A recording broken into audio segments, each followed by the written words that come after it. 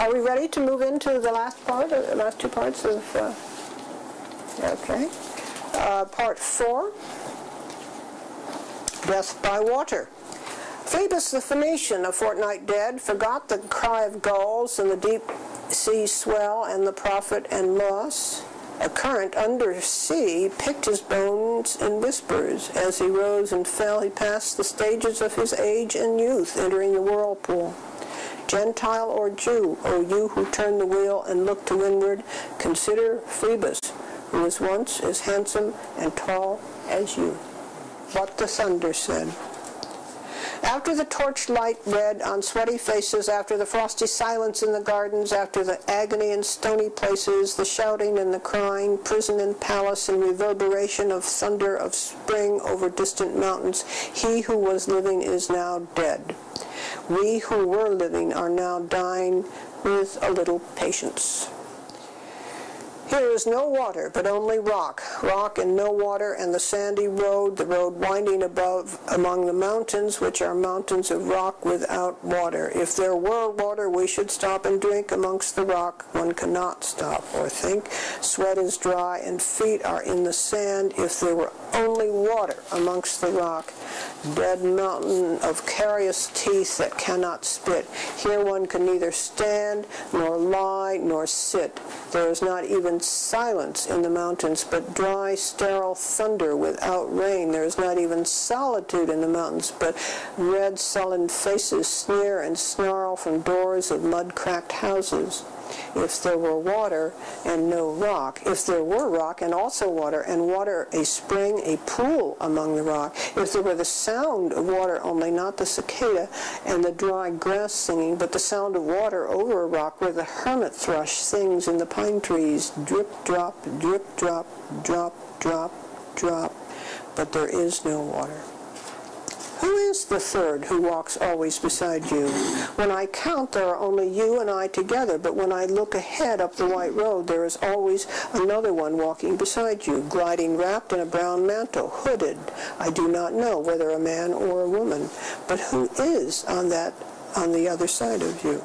What is that sound high in the air, murmur of maternal lamentation? Who are those hooded hordes swarming over endless plains, stumbling in cracked earth, ringed by the flat horizon only? What is the city over the mountains, cracks and reforms and bursts in the violet air? Falling towers, Jerusalem, Athens, Alexandria, Vienna, London, unreal. A woman drew her long black hair out tight and fiddled whisper music on those strings, and bats with baby faces in the violet light whistled and beat their wings, and crawled head downward down a blackened wall, and upside down in air were towers tolling reminiscent bells that kept the hours, and voices singing out of empty cisterns and exhausted wells. In this decayed hole among the mountains, in the faint moonlight, the grass is singing. Over the tumbled graves about the chapel, there is the empty chapel, only the wind's home. It has no windows, and the door swings. Dry bones can harm no one. Only a cock stood on the roof tree, cocorico, cocorico, and a flash of lightning, then a damp gust bringing rain. Ganga was sunken, and the limp leaves waited for rain while the black clouds gathered far distant over Himavant. The jungle crouched, humped in silence, then spoke the thunder.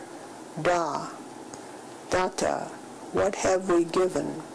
My friend, blood shaking my heart, the awful daring of a moment's surrender, which an age of prudence can never retract by this, and this only have we existed, which is not to be found in our obituaries or in memories draped by the beneficent spider, or under seals broken by the lean solicitor in our empty rooms.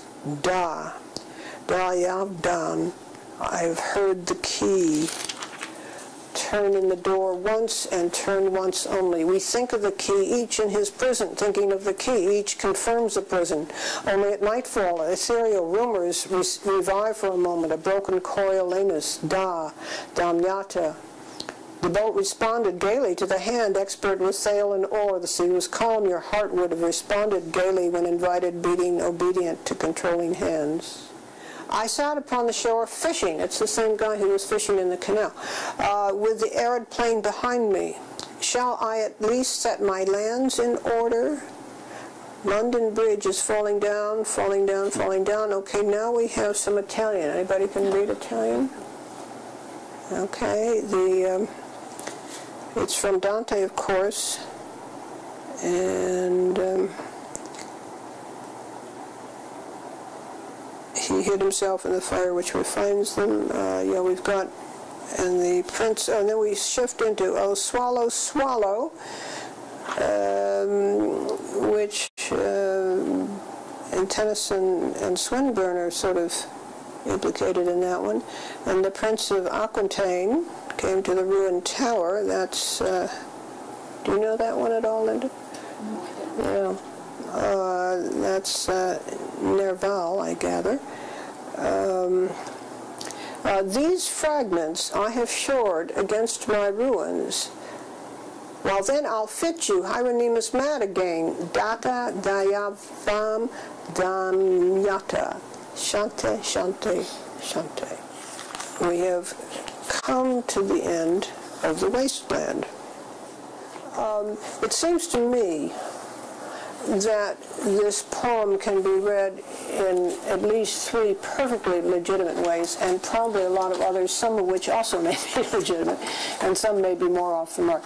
But, and you've touched on all of them. One of them is certainly the fragmented feel of the world in the early 1920s, after the First World War, in Europe. And this is how it was read originally, in this way, that this was speaking to the fragmentation of things at the time. You can also read it, as you asked a very important question, when was his conversion? I think you can see in here a quest for faith going on, both to the east and to the west. But you know, the Gethsemane sequence, we do not hear much about resurrection. He is dealing with the fertility gods and stuff, the anthropology of the death of the Fisher King, and no question of that running through there. But that also overlaps with the death of Jesus and the resurrection and all the rest of it. But it's not tied in here. We also have looking to the east for some answers as well to the meaninglessness of things. So I think you can see it as representing the fragmentation of Europe. You can see it also as a quest for some kind of grounding in personal faith by the poet himself. And then the other thing that of recent years people have been reading it more and more as profoundly biographical. That is to say, his marriage is breaking apart at this point, and the failure of love there is part of the poem here. So I think those are the 3 general ways I think you can think about it. I hope this has been of help to you, but I think what you need to understand that there are many, many ways to read this poem. And I think if you were to read it, you know, you've read it just now, if you were to read it in a couple of years, it might resonate with you in a very different way. And that's, I think, part of why it's such a great poem, because it is a little mysterious and elusive in a way, elusive in this case. So that I don't know if a 2-session thing on the wasteland is going to solve all your problems. I hope it didn't contribute to them.